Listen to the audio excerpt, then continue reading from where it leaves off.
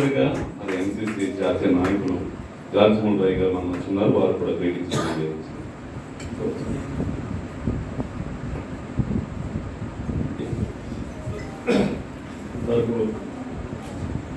వేదిక మీద ఉన్న దేవుని సేవకులందరికీ ప్రత్యేక వందనాలు తెలియజేస్తున్నారు. మంచి మాటలు మేము కూడా ఉండటానికి ఈ సమయం చక్కగా సద్వినియోగం చేయబడిందని అనుకుంటున్నా.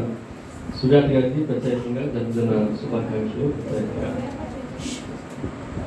చిన్న మాట చెప్పి అందరూ చెప్పారు కాబట్టి నేను కూడా చెప్పాలి కాబట్టి చిన్న మాట చెప్పి ఏం చేస్తాను. 23వ కీర్తనలో మనందరికీ తెలిసిన ఒక చిన్న మాట, నా గిన్నె నిండి పొర్లుచున్నది. కొంచెం జాగ్రత్తగా ఆలోచన చేస్తే దావీదు ఆయన మహారాజుగా ఉన్నప్పుడు రాసిన మాట ఇది, యెహోవా నా కాపరి, నాకు ఏం కలుగుతుందన్నమాట. సో ఆయన అంత పెద్ద స్థాయిలో ఉండి చాలా చిన్న వస్తువుతో పోల్చుతాడు. నా కింద నిండి పొరలేదు. సత్యవరం చెప్పినట్లుగా గంగాలో బాగా ఆయన.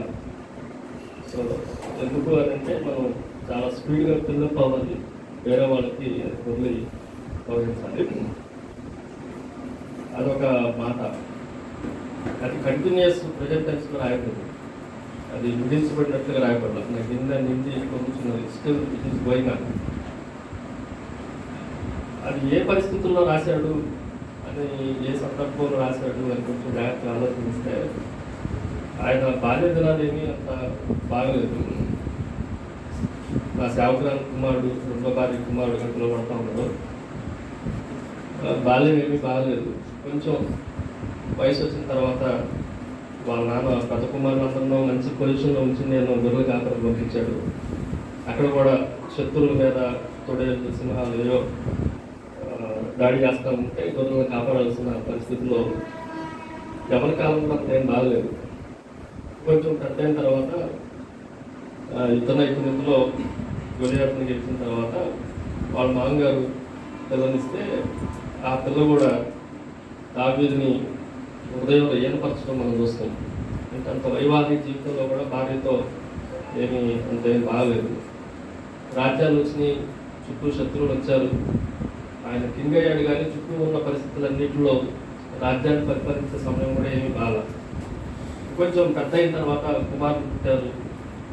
వారు కూడా జాగ్రత్తగా ఆలోచన చేస్తే రాజును చంపేసి ఎట్లాగైనా మేము కూడా రాజరికానికి రావాలి. అబ్షాలోం గురించి ఆలోచిస్తే అదొక భయంకరమైన పరిస్థితి, అమ్నోన్ గురించి ఆలోచిస్తే అదొక భయంకరమైన పరిస్థితి. సో కుమారుల జీవితాలు వారితో బతుకుతున్న టైం కూడా ఏమి బాగా, వృద్ధాప్యానికి వచ్చే వరకు ఆయన పరిస్థితి అలాగే ఉంది. ఈ మధ్యలో బెత్షెబాను చూడటం, ఇలాంటి పరిస్థితులు. ఓ మాటలో చెప్పాలంటే స్టార్టింగ్ నుంచి ఎండింగ్ దాకా ఆయన లైఫ్లో చూస్తే నాకు కింద నీటి పొందుతున్నదని మాట చెప్పడానికి యోగ్యత లేదు. కానీ ఎలా చెప్పగలిగిండు? మన సేవా జీవితాలు ఎన్ని వస్తాయి, ఏమి బాబు, ఏమీ మనకి కోల్పాంతం ఏమి ఉండవు. కానీ దేవుని కొరకు ఒక కంటెంట్మెంట్, సంతృప్తి కలిగి దేవుని కొరకు ఎలాంటి పరిస్థితులు వచ్చినా, ఉన్నా లేకపోయినా, మన గిన్నె మాత్రం, మన అభిషేకం మాత్రం, దేవుడి కొరకు మనం ఇచ్చిన మాట మాత్రం ఇతరులకు ప్రవహించేంత వరకు దేవుడి కుటుంబాన్ని ప్రత్యేకంగా సుజాత గారిని దీవించాలని ఆశీర్వదిస్తూ ఈ మాట ముగిస్తున్నాను. Thank you.